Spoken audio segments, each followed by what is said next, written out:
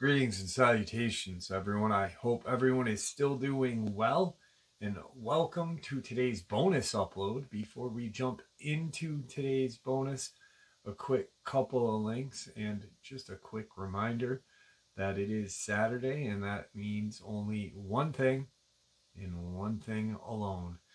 Saturday Nightmares live from upstate New York, which is our live stream at 12 a.m. Eastern Standard Time.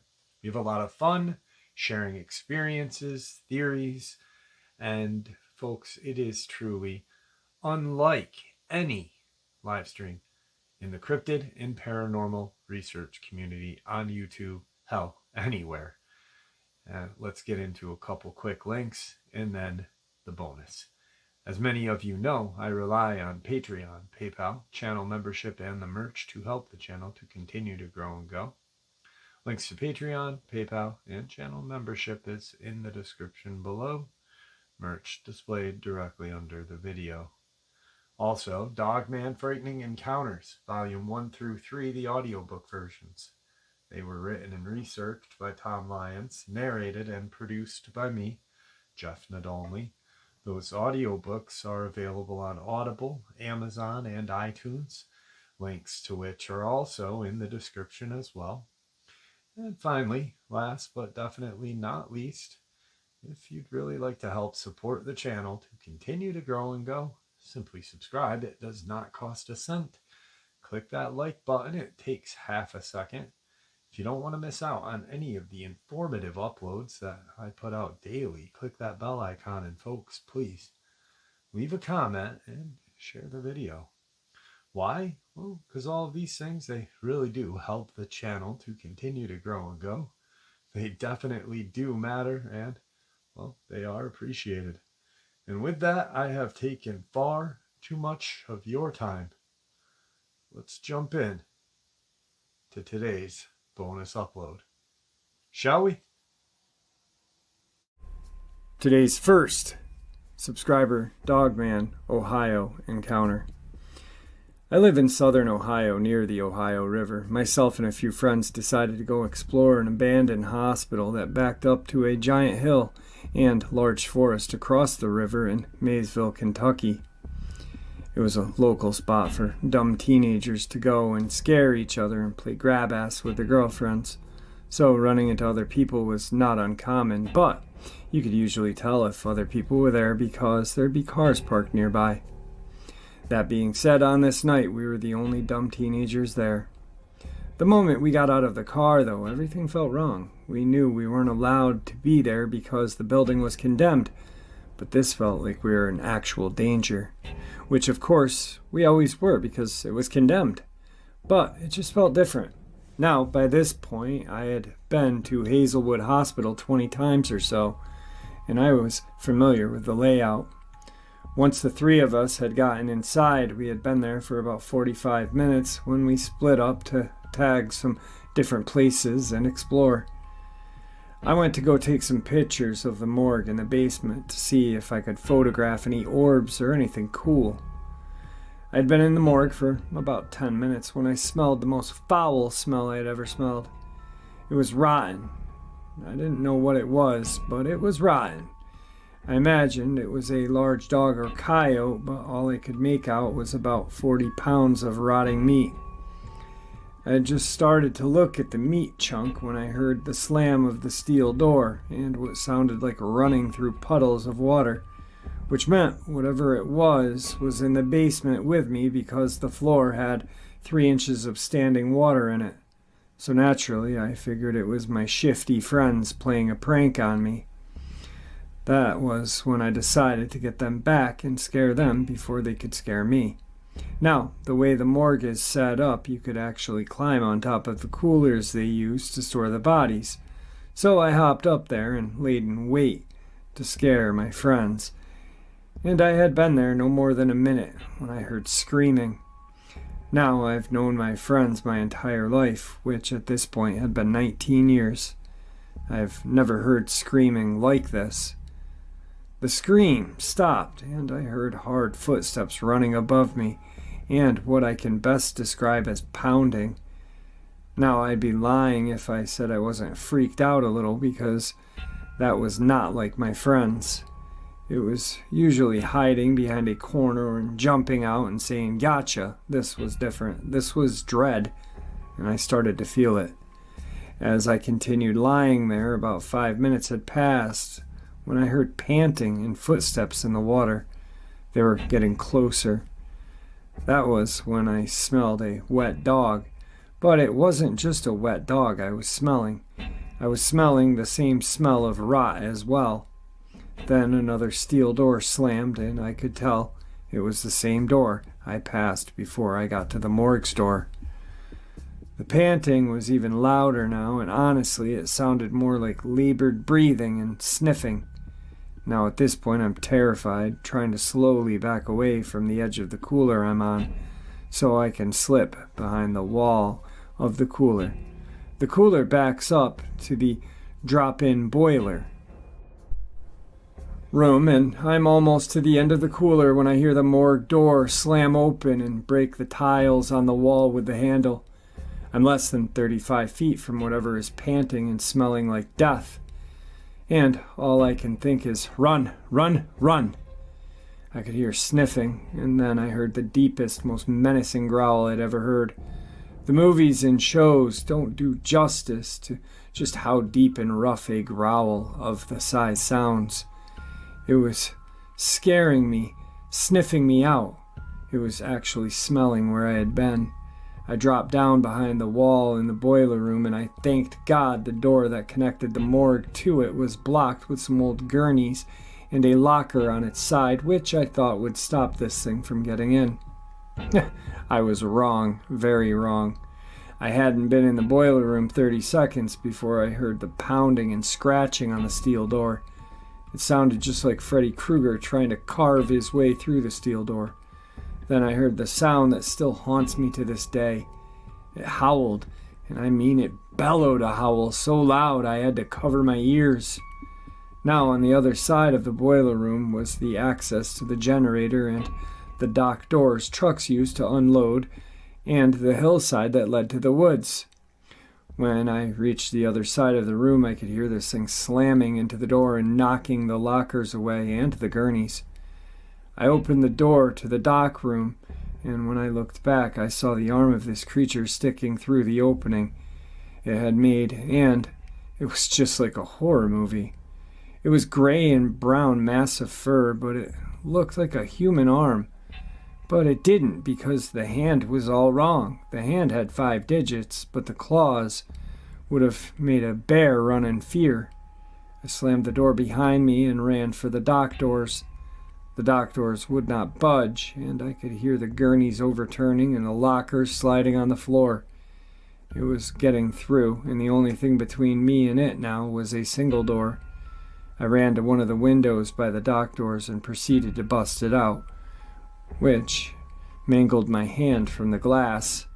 Then, as I was pulling myself through the window, I heard the door get slammed into, and one of the hinges completely flew off the door and hit the wall. I tumbled out of the window and hit the cold, wet ground. When I stood up, I saw it in the doorway. Now, I'm 6'4", 250, not little by any means, and this thing took up the entire doorway. An 8-foot, 3-foot wide door. It was covered in head to toe gray and brown fur. It had a very narrow snout, almost like a Doberman Pinscher's, and its ears were just barely visible from the doorway. But I could tell they were pointed up, just like dogs. I couldn't believe what I was seeing. I was completely paralyzed. This thing was staring right into my soul, looking at every delicious part it was going to enjoy. I never felt like an item on the menu, but I can tell you it is terrifying. Then it snarled, and that woke me up from disbelief of what I was looking at. I turned and ran. I ran up the hill into the woods to get around the hospital to get back to the street where the car was parked. I hadn't made it 25 feet when I heard the clawing get out of the window. I knew I would never make it to the car this way, so I ran back towards the hospital where the fire escape ladder was. I had used the ladder before to climb to the roof and take pictures of the entire town. I completely skipped the first 3 rungs on the ladder and was now inside the enclosed part of the fire escape. Again, this thing howled and I could feel waves of pure terror fill my body. My hand's killing me at this point, and I'm getting blood on everything, and just as I'm reaching the first floor window I could climb into, this thing slammed into the fire escape ladder, knocking me down a couple rungs. It leapt onto the outside of the fire escape and began clawing at my feet. Just as I reached the window, I felt it. Pain like nothing I had ever felt. It grabbed just above my ankle and yanked, and in doing so shredded my boot, the end of my jeans, and my legs. I was able to pull myself into the first floor window, and I heard it push itself off the fire escape and head back the way it had come. Now at this point I'm dragging my left leg, trying to keep my right hand in my hoodie pocket. The entrance we came in from was about 150 feet away down the main hall and around a left turn. As I'm halfway down the hall, I hear the steel doors slam again. I'm dragging myself down this hall, just trying to stay focused on getting out of this place. Then the howling starts again, and I can hear it getting closer. I make the turn and hear the pounding coming up the stairs from the basement. I make it to the entrance and hear the padding of hands and feet on the floor. I made the mistake of looking back just as it rounded the corner. It was running on all fours like a real dog. I bolted down the hill towards the street where the car was parked and realized the car was gone. They had left me. My only way of escape was gone. I just zoned out and kept running down the hill. My leg was throbbing, my hand was in agony, and all I could think was, I'm going to be doggy kibble. Finally, I made it to the first house I could find, and I ran full force into the door and began pounding on it like a crazy person.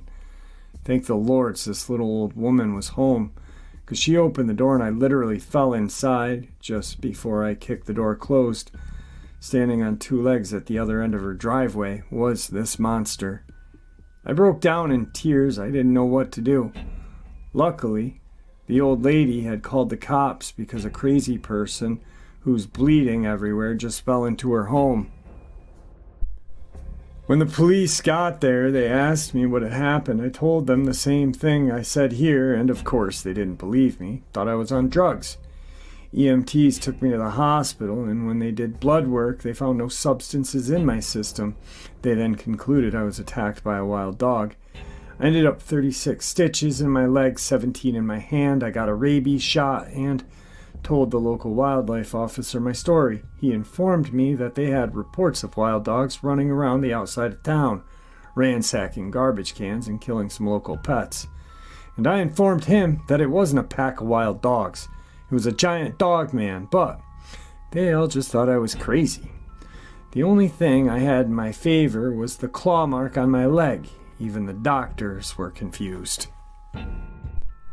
about how a wild dog could make a mark like that. Now, you know my encounter, and you know why I absolutely know we are not at the top of the food chain. I've never been back to Hazelwood Hospital, and I've detoured anyone from ever going there. That experience has haunted me for the last 11 years of my life. It has made me into the overcautious man I am. I always have to know where every exit is when I walk into a building, and I always know where large clumps of woods are. This experience changed me forever, and it changed the way I look at the world we live in.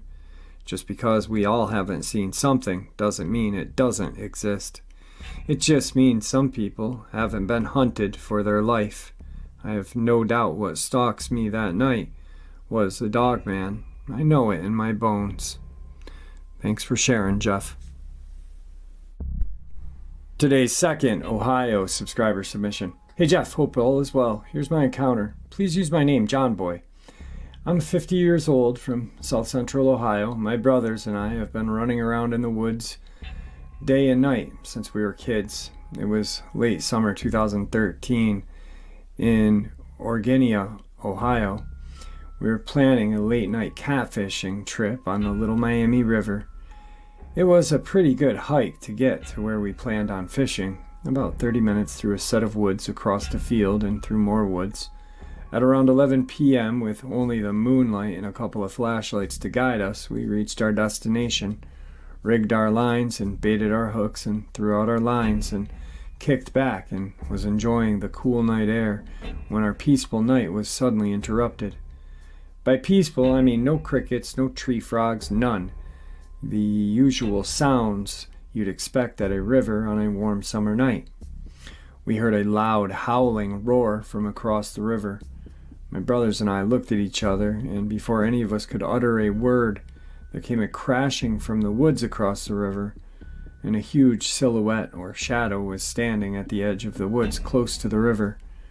All we could make out was a black shape standing at the wood's edge, just out of reach from our flashlights. It looked to be somewhat human-like, but much too big to be a man, and appeared to be somewhat hunched over. If I had to guess its height, I'd say 8 feet or so. We only saw it for a couple of seconds, then another howling roar sounded, and which vibrated through my chest. Without a word, we jumped up and grabbed our poles, and without reeling them, started running back the way we came, hooks and lines getting tangled in the trees until our rods were pulled out of our hands by the trees and brush. We just left the poles and kept running. I think the poles are still in those woods to this day. We exited the woods a lot faster than we entered them, 3 grown men running like scared little kids.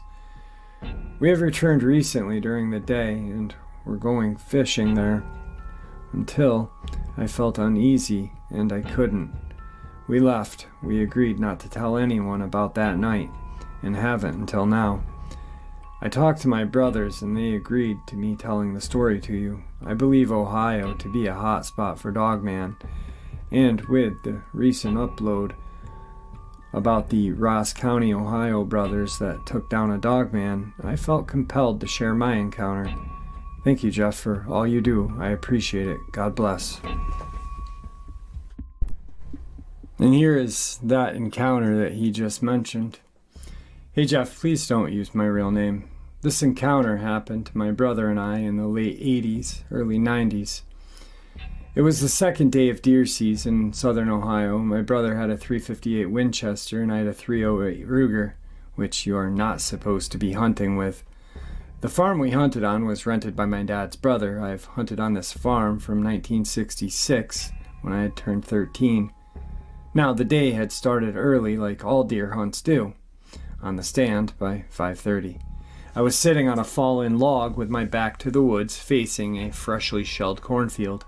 My brother was 50 to 60 yards to my right, sitting on a tree stump facing the same field. At about 10 a.m., my brother started shooting, so I stepped out to maybe get a shot at a deer also. Only, when I stepped out, it wasn't a deer my brother was shooting at, but what looked like a giant German shepherd charging at him on its hind legs. So I raised my rifle and shot, hitting it in the right shoulder, and the second shot hit it in the head. It fell down right as it swept at my brother. I ran down to where my brother was there. He had a slash on his left shoulder. I think his coat kept it from being worse. So we got to our Jeep and took him to our uncle's house and called the squad. When it came, so did the sheriff and the ODNR, because my aunt had said a wild animal attack. I have a friend I knew from the ODNR who was hunting on another farm. He arrived also. My brother went in the squad, and I took everyone back to look at what we described, to have a look-see. No one believed us, so seeing is believing, right? This thing we had shot looked like a werewolf, long black hair like a wolf. Its belly fur was white, paws and fingers like a raccoon, only huge, and claws 3 to 4 inches long. Rear feet like a raccoon, only 15 inches long. Teeth just like a giant dog or wolf, very muscular upper body.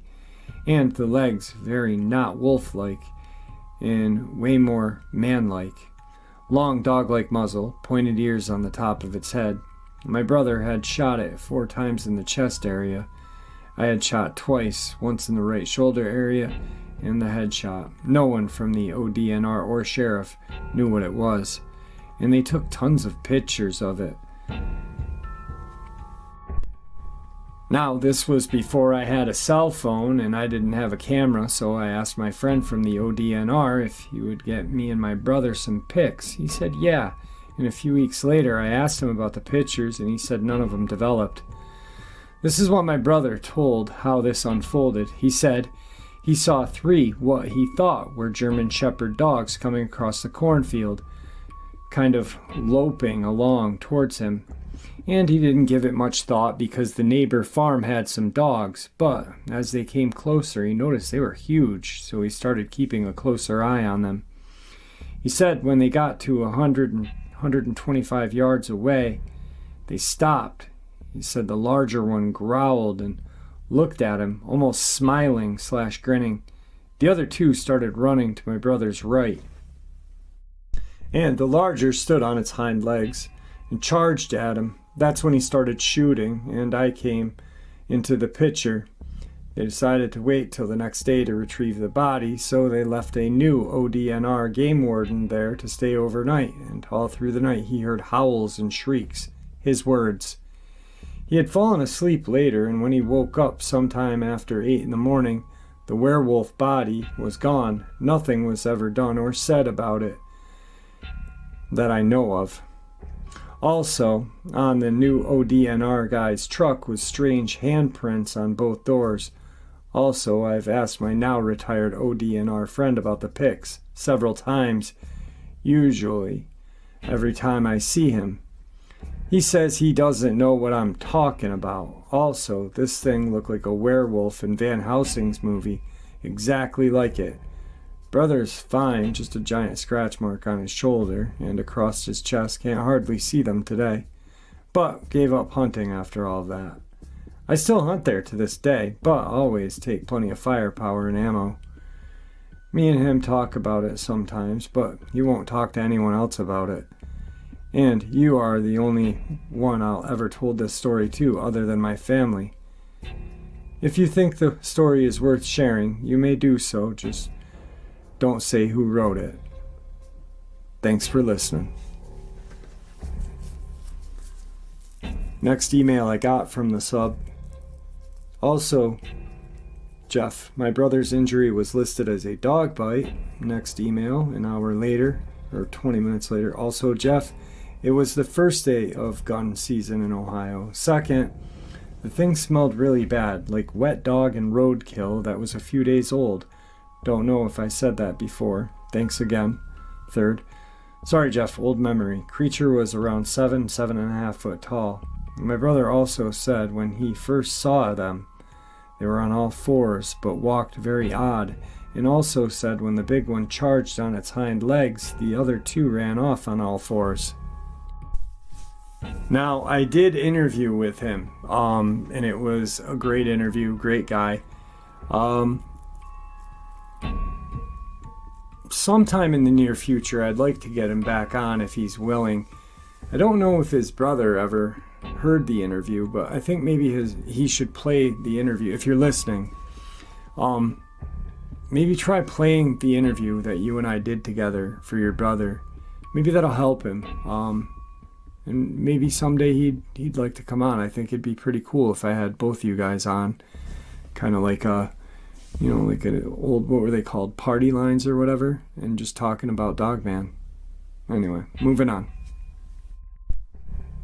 Today's 4th Ohio subscriber submission.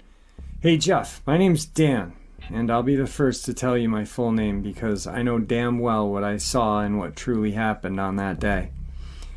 And if I get crap, I don't care. I'm telling you about this 5 days after it happened, so it's still fresh in my head. Because you know how you wake up from a vivid dream with lots of detail, then like an hour later you go and tell the dream to someone and it slowly fades away? Well, anyway, here's my encounter. The day was Wednesday, February 12th, 2020. I was coming home from work that evening, and my drive takes me about an hour to get home. I work near Columbus, Ohio, and live in Evansville, Ohio, so after I leave the big city and travel through the smaller towns, I'm left with about a good 30 to 40 minutes of nothing but back roads and farmlands. They are full of woods and flat farmland, so anyway, right as I was entering the last part of my way home, I turned off the highway and started towards the rural part. I'm listening to some Suicide Boys de-stressing about the day. Then all of a sudden, I had this really bad feeling come over me. I got really nervous and looked in my rearview mirror, thinking that a cop may be nearby or sitting on the road somewhere. I was nervous because I'm currently driving with a suspended license, so I immediately slowed down a little and looked down at my gauges to check if everything's good.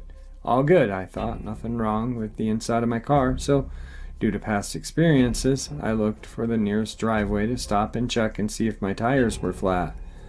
I pulled into what looked to be a state park entrance with woods on the side I pulled onto, and on another side of the road it was flat grassy field. Got out and checked the car over, tire by tire, making sure the lights were all working. So far so good, I told myself.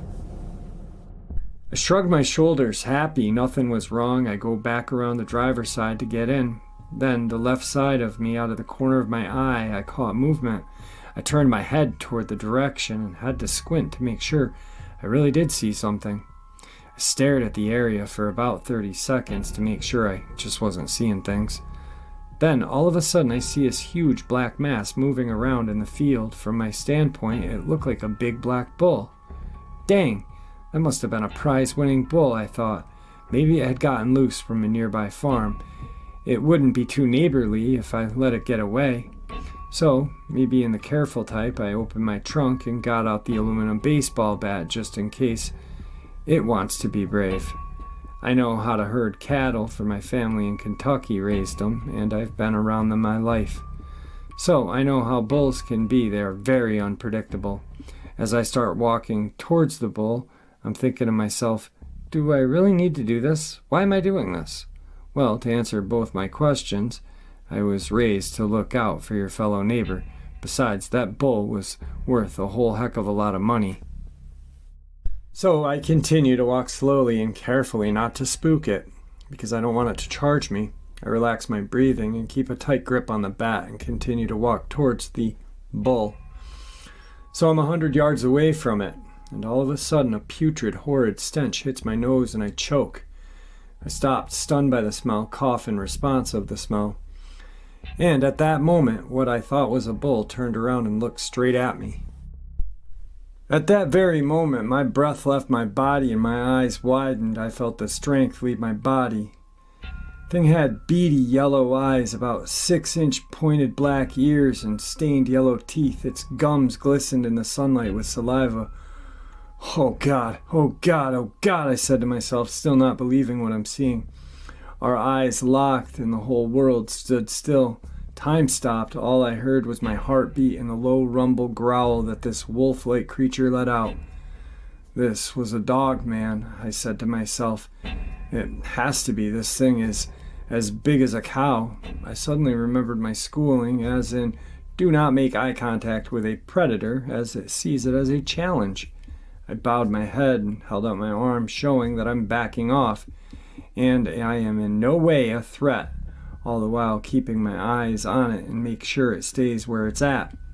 I notice it raised to its hind legs to urinate. Great, I said, I'm in its territory, even more of a reason to get out of here. I must have been walking for what seemed like 5 minutes, thinking I gotta be at my car. I realized I've only taken like 20 steps, making no progress. I'm still looking towards the wolf, its eyes still fixed on me, like it's waiting for me to make a threatening move. My plan was just to ease back to the car and get out of there in one piece. Then, all of a sudden, as if karma decided to show up and give me the biggest FU, without warning, I let out the biggest and deepest sneeze. And as soon as I jerked my head back to see this wolf already charging towards me, my stomach drops, my skin goes clammy. Oh, great, I thought. I'm gonna die here being skinned like a cow. Quick thinking, I knew I'd never make it back to my car, and if I did, what would it do to protect me from this thing? So I decided right there and then, I'm gonna go out fighting. I switched my stance and gripped my bat as hard as I could. I charged, running and screaming at this wolf. It must seem stupid, like a death wish, but I was not about to die like a coward. The wolf was about 50 yards away. This creature's tongue hanging out, drool flying from its mouth, I could feel with each step it took vibrating the earth. I had to think quick. If I try to hit it in the head, I run the risk of it biting me or slashing me with its claws. So I decide I'm going to go with its hind legs. They are the smallest part of it. Then, just as soon as I made my plan, it jumped up and started running on its hind legs. 20 yards in closing. I only have one shot. I know it. Won't kill it, but if I hurt it or stun it enough, it could give me time to get back to my car and leave. I let out one final war cry and the beast roared, shaking my insides. This creature leapt for me. I swung the bat and slid down on my knees and swung as hard as I possibly could, aiming for the beast's left hind leg. Crack! Connected. I knew I had to. I felt it. It felt like I had hit a 50-pound bowling ball. The force of the impact vibrated the bat in my hand so hard I dropped it, letting it fly out of my hands. I heard the beast bellow in pain as I came to a stop. I quickly jumped up and looked back at it. It was on all fours. It just stared at me with those hellish yellow eyes. Right then, I knew I had made a mistake because now the beast is between me and my car.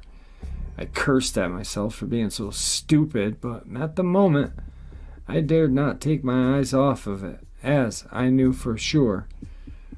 One ticked off Dogman, and it's really going to kill me. But to my surprise, it looked at me up and down and just nodded as if saying, "You outsmarted me, you may live another day," or something like that. Then it hobbled off toward the forest, confused and stunned. I picked up my bat and ran to my car so fast I don't think my feet hit the ground. I got in the car, started it, and floored it the rest of the way home, white-knuckling the steering wheel, the motor screaming until I got to my road, threw the bat in a grassy ditch, pulled into my driveway. I took a few minutes to collect myself and calm down before I headed into the house to face my family, trying to think of an excuse as to why I'm in this condition. Taking a long, heavy sigh, I get out and start heading towards my front door when I heard a long, blood-chilling howl. Until next time, I said. Upon opening the door, my wife, holding our 7-month-old son, she took one look at me and sat him down in the playpen and ran over. "Oh my God, what happened to you, honey? Are you okay? Why are you so pale and sweaty? You look like you saw a ghost." "I hit a dog on the way home, honey, and it scared me." "Oh my God," she said, hugging me. "Are you okay, though? Did you kill it with your car?" she asked, looking worried over at me. No, I didn't. I don't even think I left a scratch on it. Thanks for your time, JB." Tonight's final subscriber, Ohio Dogman submission. "Hey Jeff, I appreciate what you do. I had a brief encounter of some sort in 1981. I was fishing on a private pond. Yes, I was trespassing at 3 a.m.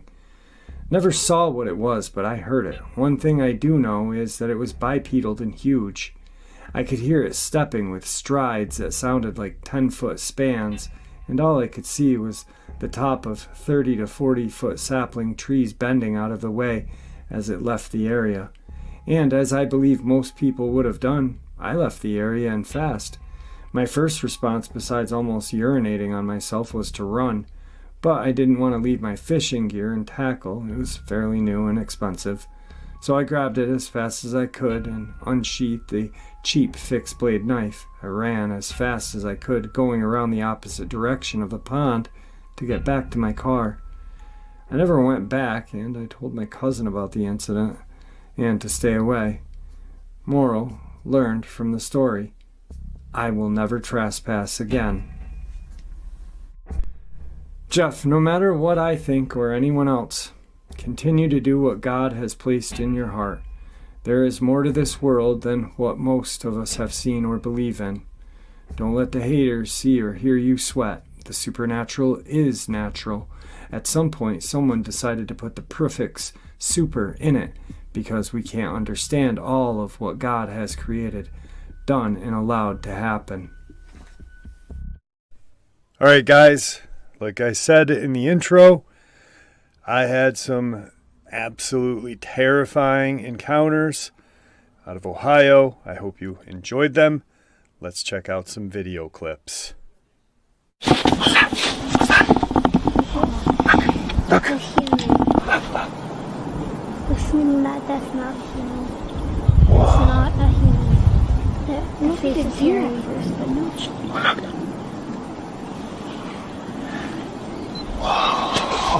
That is not a human. Oh my god.